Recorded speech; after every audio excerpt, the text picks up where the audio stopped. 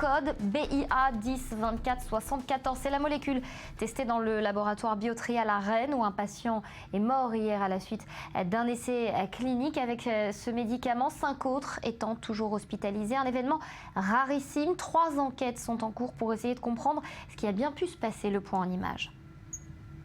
Il était dans un état de mort cérébrale depuis vendredi. Le centre hospitalier universitaire de Rennes a annoncé son décès. Biotrial et l'ensemble de son personnel tiennent à s'associer à la douleur de la famille et des proches.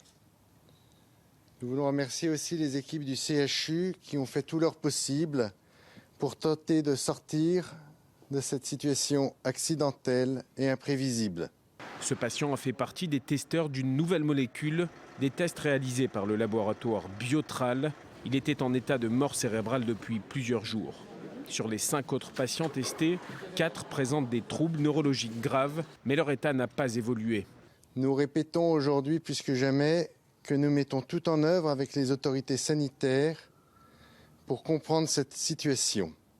90 volontaires sains ont suivi le test clinique d'une molécule conçue par un laboratoire portugais. Des hommes sains, âgés de 28 à 49 ans, tous ont été rappelés pour faire des examens complémentaires. Ils doivent passer une IRM. Louis-Marie aurait dû être l'un des cobayes. J'ai peut-être évité un malheur. Après, je peux pas vraiment savoir. Vraiment, l'enquête là est encore en cours, donc je sais pas vraiment ce qui s'est passé. Mais c'est sûr que là, on se dit, au vu des éléments qui se passent, j'ai bien fait de pas faire cette étude. Cet accident thérapeutique demeure sans précédent en France. Chaque année, des milliers de volontaires participent à ce genre d'essais cliniques. Samedi, les locaux de Biotrial ont été inspectés. Un contrôle de routine effectué en 2014 n'avait révélé aucune anomalie. Alors on va tenter d'y voir un petit peu plus clair sur ce plateau avec nous. Docteur Alain Zetoun, bonjour. Vous êtes médecin-chercheur. Merci d'avoir accepté notre invitation. Alors on revient sur cet essai. C'est un cannabinoïde. Tous les fumeurs de cannabis médical s'inquiètent aujourd'hui. Est-ce qu'il y a matière à s'inquiéter ? Pas réellement, en fait. Le nom cannabinoïde est un nom un peu ancien. Je souris parce que, évidemment, c'est une réaction normale des gens qui vont se dire cannabis. Non, ça n'a rien à voir. Ça s'appelle cannabinoïde parce qu'en fait, le cannabis agit sur le même récepteur. Donc, c'est la même famille. Mais ça n'a rien à voir du tout. Donc, ça agit sur le récepteur. Il n'y a pas aucune inquiétude à avoir par rapport à ceux qui fument. Alors, pour revenir à cette affaire, c'est quand même impressionnant, c'est quand même particulièrement surprenant. Est-ce qu'on pouvait le prévoir ? Écoutez, en général, les essais cliniques, il y en a, je crois, en France, il y en a un bon millier par an de ce type-là. C'est très codifié. Il y a des essais chez l'animal, il y a des essais sur différents types d'animaux qui se rapprochent le plus possible de l'homme. Et en général, on voit les problèmes de toxicité chez l'animal.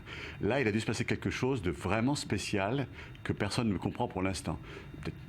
Il y a plein d'hypothèses possibles. Alors, quelles sont les hypothèses, justement, qu'on pourrait mettre en avant pour expliquer? Il faudra vraiment tester ça, mais probablement une réaction spéciale à ce produit-là qui est liée à la dose, qu'on n'avait pas vu chez l'animal, ce qui est assez rare.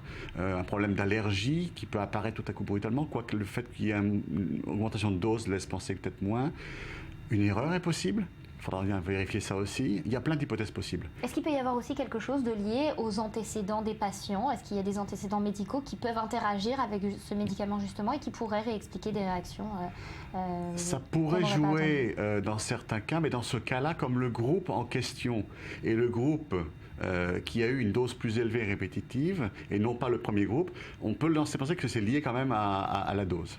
Un mot peut-être, docteur Alain Zetoun, sur les rémunérations, les dédommagements dans ce genre de cas. Quels sont-ils? Est-ce qu'ils sont prévus? Est-ce qu'il y a des indemnisations prévues? Il y a des assurances, bien sûr. Il y a des assurances qui sont prévues. À titre personnel, je veux dire, quand j'étais étudiant en médecine, j'ai participé à ces essais comme ça.